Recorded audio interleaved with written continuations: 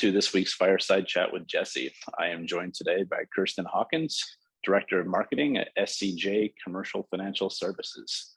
Thanks for joining me, Kirsten. Yeah, absolutely. No, it's great to have you on here. I've seen you at some conferences for the last, I want to say, 3 or 4 years. And I appreciate you giving me some one-on-one time here to discuss more about your career and more about SCJ. Yeah, awesome. Glad to be here. So for those people who might not be familiar with yourself, Kirsten, do you mind just kind of introducing your career to date in equipment finance? Yeah, definitely. So I'm Director of Marketing for SCJ. My background's actually in speech pathology. So that's what I went to college for. Tried that out, got a little bit burned out. So was looking for a career change. Scott Ogden, one of my longtime friends from high school, was in this space, has been in this space for a long time, but he kind of gave me that introduction. I joined SCJ, wasn't really sure what I was going to be doing, what I was getting myself into, but loved it. And I'm still here. So just embracing every moment and all the conferences and connections that I've made. So what's that like going from speech pathology to, like, I guess, equipment finance? Yeah, big switch. I was in like the medical area and helping younger kids with their speech impediments.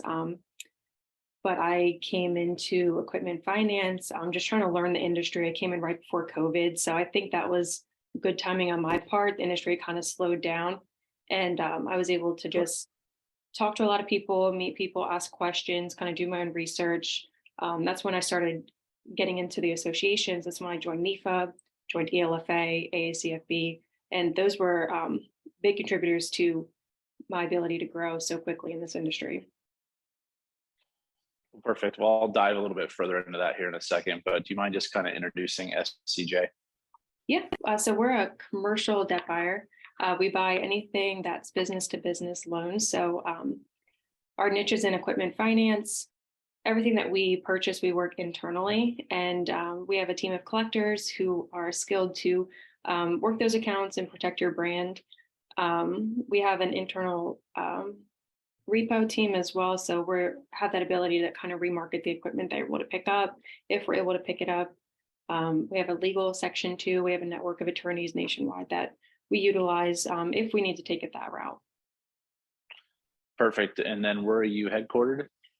So we're located in Delaware. About 99% of our employees are here. We have 1 or 2 that work remote that just seem to work out for them. So. Got it. And then, so you do have people in other locations. I'm assuming you serve the entire US. Yeah, we're licensed to buy debt and collect debt in all 50 states. So. I was going to say, is it one of those? I'm unaware that you have to be licensed in every state in order to buy debt. Any particular states more problematic than others? I know typically when I negotiate contracts, everyone wanted Delaware as like the state. Yeah, Delaware is a big like corporate hub for a lot of larger companies, especially up in Wilmington area. You'll find a lot of companies have their corporate office in Delaware. They're pretty easy. Nevada is like one of the hardest states to like get your license there. They require a lot of information. It's a pretty lengthy process, but they're very thorough. So. Except for if you want a sports franchise or a casino, then I'm sure it's probably easier to do those. Yeah. They pick and choose where they want to work with people at. So. And how many employees do you guys up to now? We have about 30 employees in total. 30? Mm-hmm. Nice. And then how long has the company been in business? We're coming on 4 years. So previously 4 it years? was a collection agency. Yeah. So it was a third-party collection agency. And then our owner, Frank Moore, he bought the company. And we kept all the staff, we kept all the infrastructure. We just switched it to a debt buying company. So we don't do the third-party collections anymore. Got it. Yeah. Okay. So I want to see if you might mind sharing your first experience walking into, I'm assuming it was probably a NEFA conference. Was that your first kind of crash course into equipment finance?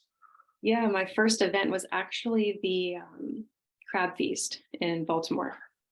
And we decided to sponsor it. And so I had to get up and say a few things about SCJ since we were one of the title sponsors. And I was so nervous. I remember just like trying to practice exactly what I was going to say. And I mean, I was talking to a bunch of people that I'd only spoken with over like a Zoom conference before, because we'd come just off of the pandemic. But I showed up, I did my 30-second, elevator pitch, and everyone was so welcoming. So it was a really good experience. NIFA was probably the best group that I could have like jumped into in this space. Yeah, you're probably just like, God, I'm a little nervous. I need a drink. And there's probably Stephanie Hall with a cocktail saying, Exactly. hey, as soon as you show up. A pitcher of beer was just right in front of me. Yeah. It's like, sure, maybe not my beverage of choice, but you know what? We got it. It does the job.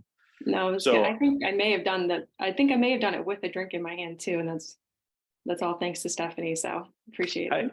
hey, nothing wrong with that. I've let me see, this is my 18th year and I've only been to one crab feast. Now there'll be two because we'll be there in June. But like that's an interesting event. Just food flying everywhere, just a bunch of laughter. That's in our backyard too, so I love it. Yeah. That's fantastic. At least it wasn't my experience where you walk into this huge like auditorium and there's or conference room, I guess I should say, and there's 1,000 people and you're just like, how do you navigate this? Yeah. So I was just trying to think in Nashville, what you guys had at your booth, was that your idea with all the custom bourbons? Yes. Yep.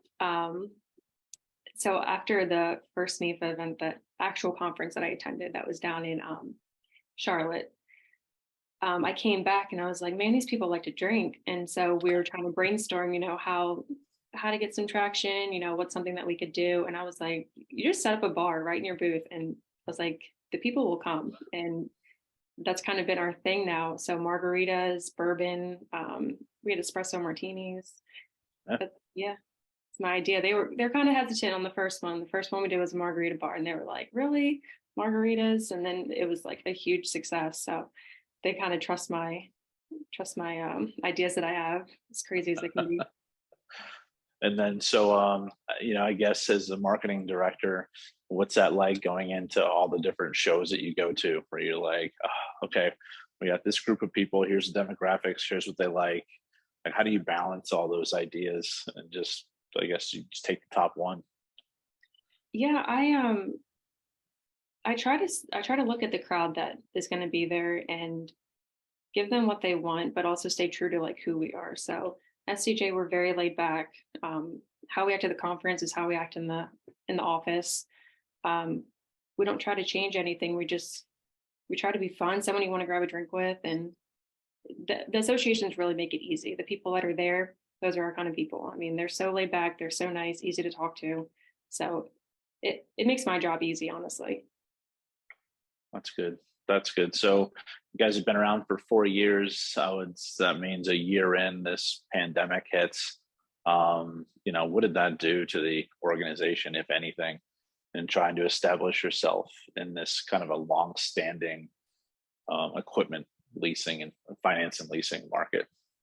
Yeah. So we got into debt buying as the pandemic was kicking off. So that was a hard time to be a debt buyer. I mean, everyone was paying their bills. They were getting free money from the government. Defaults were at like an all-time low. So we were just kind of hanging out and, it was very slow for us. Everyone was focused on the front end. They didn't really care about the back end because everyone was writing loans left and right. I mean, people were hitting record-breaking years, quarters, everything. But now it's starting to slow down with the market the way it is now. Defaults are on the rise. People's money is kind of running out. The loans that they kind of got themselves into are catching up to them. So we're picking up some traction. We're getting pretty busy. But that 2 years that it was really slow for us kind of helped us put our feet into the industry and test it out and build those relationships with other companies. So I think it was perfect timing for us. It was slow, but now it's picking up. That's great. I was going to go into my next question in regards to like with 2023, and I think we've been teetering on a supposed recession for what, 18 months now. Yeah. So it's like, are we in one? Are we not in one? So what are you guys kind of seeing on your side? I know you just kind of discussed that. Do you see that getting a lot worse quickly, or towards the end of 2023? Is there any light at the end of that tunnel? Yeah, I think it's gonna slowly climb. I mentioned a little bit about people weren't too focused on the back end because the front end was performing so well. But I think as people start to take a look at that back end, that number starts to climb, Sure. they'll kind of reevaluate their policies and procedures and see what it is that they have been doing and what they can do differently. I just tried to let people know that like we are a resource to be used. Um, I mean, if you're following your internal policies and procedures for a defaulted account, you're sending it to one or two collection agencies and it's still not paying. At that point, your return on investment is going to take a hit.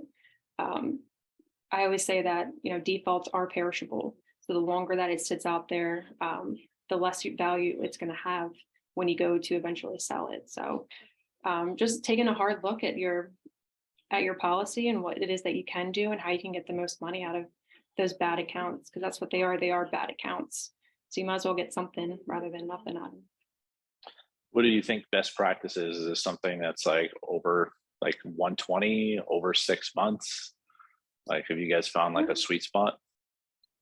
I would say that the majority of people, they consider it a default at about 60 days, and they'll start working it internal. Most people have a collections team of maybe a few people, maybe 10, 15 people at most. So working it internal. And then if they're not able to collect something at by 90 or 120, they send it to a collection agency, let them work it for 30 or 60 days. And then if they can't get something worked by then I would recommend selling it. Just get it off your books, take that money that you get from the sale, put it back into your front end and let it remake money for yourself. Perfect. And then as far as like, you just take one-off deals, or are they typically like to tranche them up with like a bunch of them? Yeah, most people sell either monthly, so they'll get a pool of accounts, a portfolio, sell that every month, or every quarter to give it every 2 to 3 months to build up a good pool of accounts, and then just charge those off and sell them. And I'm sorry to ask another question That's here, okay. but when you get these deals, is it based on the systems that they're like staged on or coming from? Like, is that a problem? Like, do you guys have your own system that you built to manage these, or are you taking Excel files from some people and just manually tracking them? We have a system. We have a software. It's custom, but when we're working out the deal, it is typically an Excel file just to get a general feel of Sure. what type of accounts they have. Nothing too high tech. I was just coming from the software space prior. It's Mhm. just like getting data from one system into another is so convoluted and Yeah, complicated. It's like, ugh. yeah. When it comes to the transfer, like the official transfer of all that um, like classified information, um, there is softwares that are used to get that securely transferred. Yeah. So All right. Well, that's good. At least you guys have figured it out, because I don't think the rest of the industry has yet, especially mhm. going from one lease accounting software to another. Yeah, yeah. It's easier than you think. I mean, sometimes these files can be thousands of accounts, and the technology definitely does make it easier. I couldn't imagine putting in thousands of accounts manually. That'd be a nightmare. And then from I guess just like buying this debt and working with your client partners, you're in theory, even though you're buying it, you're an extension of them, right? Mhm. Because they're the ones that originated the loan, whether if it was a maybe a deal they shouldn't have taken, or regardless, Yeah. that was their customer, and now you're acquired the debt and looking to collect on your behalf. Mhm. um, as a business partner, like, they instill a lot of trust in you, because even though it's off their books and like whatever, you still basically represent that original organization. So what is that like, Kirsten, as you guys are Yeah. going on collecting on these? That is that's huge. Our collectors know that we are essentially an extension of um the people that we do business with, our clients. It's like a mortgage. I mean, you can have a mortgage and it gets sold several times. You have no idea the chain of title and every company that's had it. You just remember the first person that you got your mortgage with. So a lot of our collectors, they do the customer service approach, just trying to get them set back up on a payment agreement, seeing how we can work with them. We do everything we can to protect a brand. If we do have an issue, we will go back to the client and just kind of let them know, see how like they would handle it, how they're okay with us handling it. Even vendors too. I mean, we run into a lot of issues with some vendors too, but we remember that the client has an ongoing relationship with those vendors. So essentially they're looking at us as an extension of that company too. So we try to keep those relationships intact as well with how we handle the accounts. No, that's a fantastic personable approach, because in theory you'd think, it's mine now. I'm going to collect on it and get the money no matter what. Sorry. Yeah. That's exactly why we keep everything internal too. So we have a pulse on everything that happens. Every account's worked with our collectors that we've picked out, that we've trained. So, and we don't resell either. So once it's sold to us, we hold on to that account. It dies with us. So. Okay, I wasn't sure how. I am not that familiar with the debt buying process. Is that common for other debt buyers to sell if they can't collect on it in like 90 days? Nope. A lot of people will resell accounts that Really? they don't. Yeah. Okay. But we try to maintain that relationship. We really preach that relationship is everything. So I believe you were just at the ELFA's Women's Forum in Chicago. Yes. Yep. How was that? Were you on the committee? Yes, I'm on the women's committee, and I was also on the planning committee for that forum. Well, everything I've heard, from multiple people said it was one of the best conferences they've ever been to. Yeah. So, kudos to you. And I want to see if you mind taking a couple minutes to kind of discuss, why you joined that committee and kind of what was your experience in Chicago last month.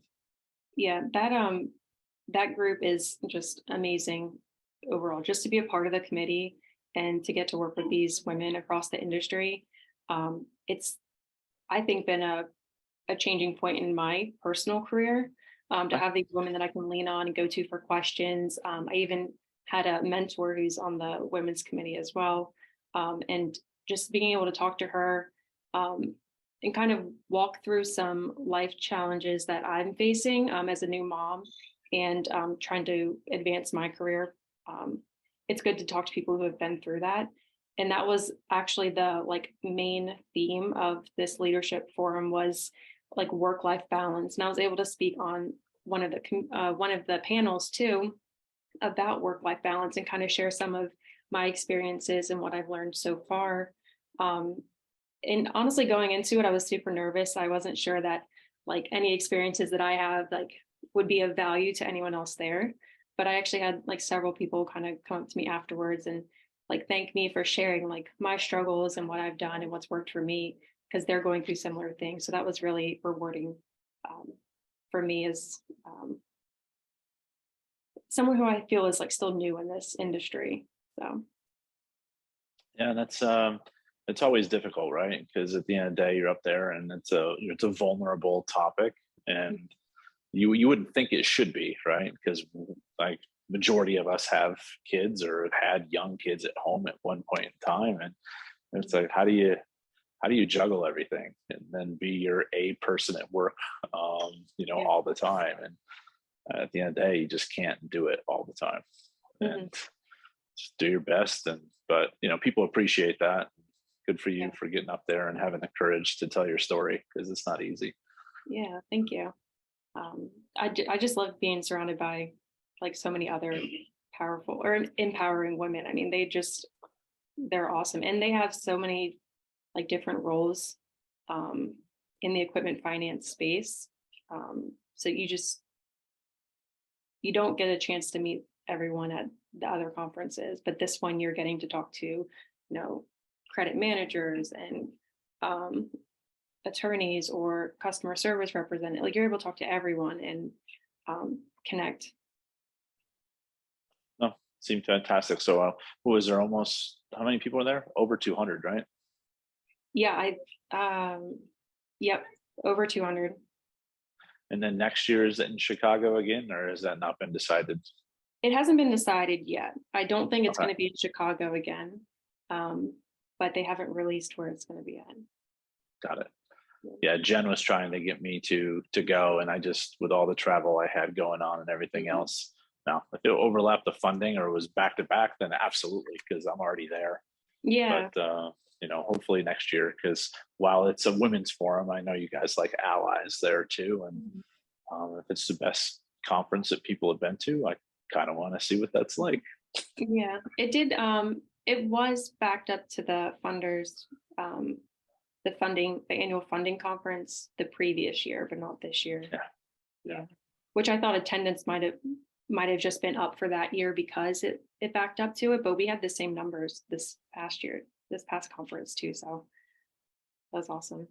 When I heard that, I was like, "Oh, okay, I was wrong," because I was like, but that's fantastic. Yeah. So what do you got for conferences for the rest of the year? Well, we have the ELFA Credit and Collections coming up in June. Okay, Crab Feast again too. Love that one. I'll be there. And then in the fall, it's the NEFA funding symposium and then the ELFA annual. So um, that might wrap up our major ones for the year. I'll be at the Monitor Gala too. okay, okay. And yeah. Do you guys play in anything else other than equipment finance, or is this majority of everything? I'm mostly in just the equipment finance. We do attend some MCA conferences. We have a few people who go to like the Debanked Okay, and Founders Forum. Um, we're in RMAI too, which is receivables management. They do a big event in February normally. But we're RMAI certified. I don't know if that really means too much to equipment finance space people, but it's like a debt buyer's like certification. So okay. we just meet those requirements. I did not know of that acronym either, but if someone's entrusting you with their customers, then Hmm. I would assume they'd probably want every certification that was available. Yeah, yeah, that's a lengthy one too, but I feel like it's worth it. I mean, just to make sure that we have everything correct. They follow a lot of the um, regulations for all the states, so making sure that we're keeping up with all the changes that happen throughout the year. Perfect, perfect. And then because one of the questions I was going to ask is, as you have salespeople, when they're like, as the director of marketing, how do you rein them in? Where it's like, oh, we should be here, we should be here, we should be here. And it's like, we'd love to be everywhere, but there's Mhm. only so much budget that we have. Well, we find a ton of value in being face to face with people, so that's a pretty easy sell for me. While I am the director of marketing, I'm also involved in the sales side of it too. So I do Okay, work out some of the deals, and I am a face for like the sales side of it as well. So I get to travel and go to all these conferences and kind of wear both hats. Um, but there's just so much value in networking and attending these things in person. Um, we have a pretty large budget for travel. Yeah. uh, no, equipment finance is definitely the right sector for you, because as much as during the pandemic, you can, I think, get through steps maybe 1 and 2 via Zoom just to flush out and see if it's a good opportunity. At the end of the day, like, you need to be in front of somebody. Yeah. And even for some of the consulting stuff that I'm doing now, it's like, no, we're going to be on site for the first couple of days, just because we need to see if it's going to be a good fit, Hmm. just as much as you need to see if it's going to be a good fit. Yeah. It's so much easier. I mean, Zoom is great. I'm glad we have this technology to be able to connect with people across the country, but just being in front of someone, it really has a big impact. You're able to get to know people a lot better. Absolutely. So I do ask everyone who comes on here to give me a little fun fact about themselves. So I guess what makes you tick outside of SCJ and equipment finance? Um, well, Delaware is an interesting state to live in. I live close to the beach. So for part of the year, I spend a lot of time at the beach. And at the Okay. beach, my husband and I will drive on to the beach, take his truck out, park it. We do surf fishing. So you like fishing into the ocean, which is really cool. You catch some pretty interesting stuff. We've caught a little baby hammerhead shark before, right off the coast Oh, of Delaware. Yeah, it's just a good nice. time. It's something that like we enjoy doing. Now, do you like hook it and then drive the truck forward instead of having to reel it in? Oh, I mean, it was low. It was probably like this big, so I got it. But I have a pretty good cast. I can I'm cast it pretty just well. I'm just saying if it's something really big, it's like just I'm not wasting my time. Just drive the truck in that direction. Yeah. I haven't tried that one, but we've had to switch off. Like, I mean, some people, because you're out there with all these other guys and girls that are fishing, and if they catch something big, it gets tiring. So they'll switch off. They'll help each other out to catch whatever it is coming off. So yeah, That's fantastic. Well, it's going to be that time of assuming the weather there is probably turned, it's hopefully. starting to. Yeah. I mean, we're consistently in the 60s now, which is nice. We've got some 70s, some occasional 80s day, but it's warming up. So soon, be back out there soon. Good. I moved to the West Coast in 2010. However, this was the coldest March ever here in Phoenix. And then this weekend, my son had a baseball tournament, and it was like 100 for like both of those days. So that's too hot, right? Oh, that sounds nice. I take Just like that. I'll take that. I'll take that all day long. Yeah.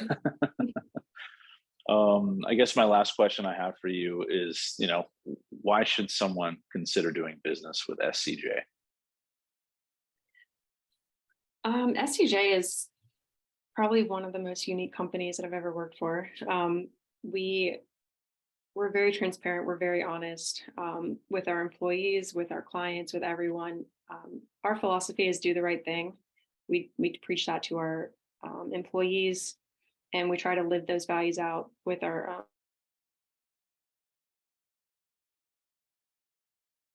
the right fit for everyone. But we try to be as transparent, as honest as we can. And some people love that. Some people don't. Some people rather just do a sale, get it done with. We really try to build that relationship. And so if they're not also in it to build that relationship, we kind of say thanks, but no thanks. We'll be honest with you. No, and that goes a long way too. Because what is it? The cost of keeping an existing customer was it? Well, actually, let me turn that around. The cost to acquire a new customer, I think, is 5 times more than it is to keep an existing one. So why not have that philosophy? Yeah. Mm-hmm. Excellent. Well, I really appreciate your time today, Kirsten. What we got here? Another 6 weeks till the crab feast. Yeah. So Yeah. We'll be here before you know it. Mm-hmm. look forward to seeing you then. And thank you very much for your time. Yeah. Thank you. That's great.